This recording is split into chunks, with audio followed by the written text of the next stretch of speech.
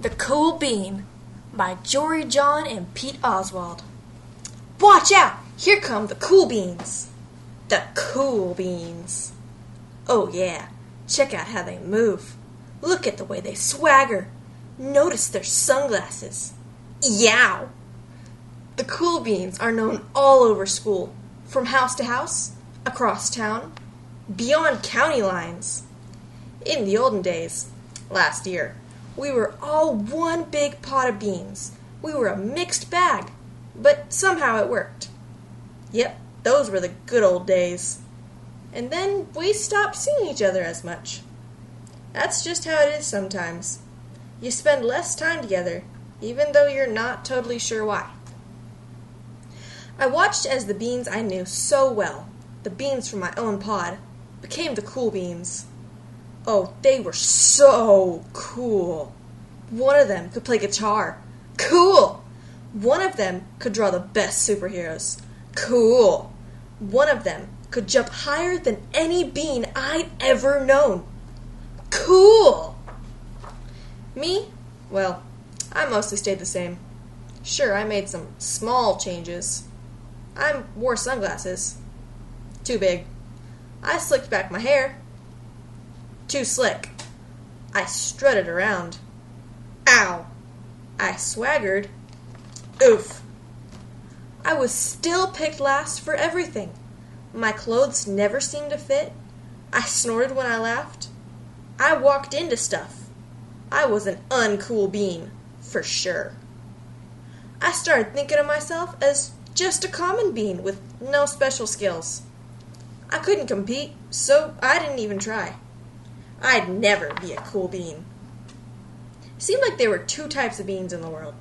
There were the cool beans and the beans like me. The days all blended together. I lived my life, and things were just okay. I took tests and ate lunches and mostly kept to myself. The cool beans continued being cool. I mean, sure, I missed them.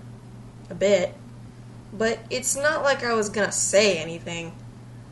I felt like all that coolness had gotten in the way of our friendship, and that's just how it went. Until one day. I was in the cafeteria. I dropped my lunch and my loafers. Oh no, not again. But then something sort of miraculous happened. Out of nowhere, one of the cool beans helped me clean it up. He didn't even say anything. He just gave me a nod. That was it. Later, I was out on the playground. I tripped and scraped my knee and maybe cried a little bit, and everybody saw it. Another one of the cool beans came to my side, and without a word, he dusted me off. That afternoon, I was sitting in class. I wasn't really paying attention. I didn't notice, but our teacher had called on me. Everybody stared. I sat there in silence. Nobody said anything. And then, everybody just laughed. At me. That was it. After today, I was officially a has-been. But then one of the cool beans stood up and came over to me. Everybody watched. She leaned in close and whispered, "Hey, the teacher asked you to read from page 32. Then she gave me a quick wink and went back to her seat. It was a small gesture, sure, but it was also everything. I walked home with a goofy smile on my face. I smiled all the way through dinner. That day made all the difference. It was a day that could have been really bad, if not for the kindness of a few cool beans. It gave me a shred of confidence. That shred of confidence has continued to grow. Somebody had my back. Or a few somebodies. After that, I started hanging out with the cool beans again. How have you been?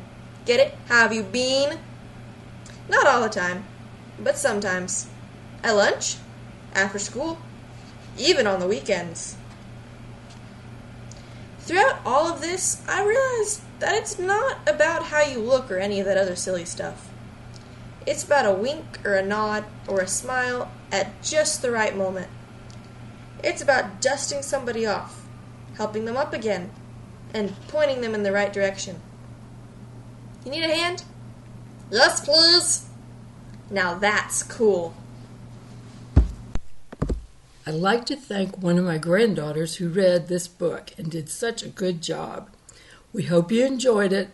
Please hit subscribe if you like the channel and look around, read some other books. Have a great day.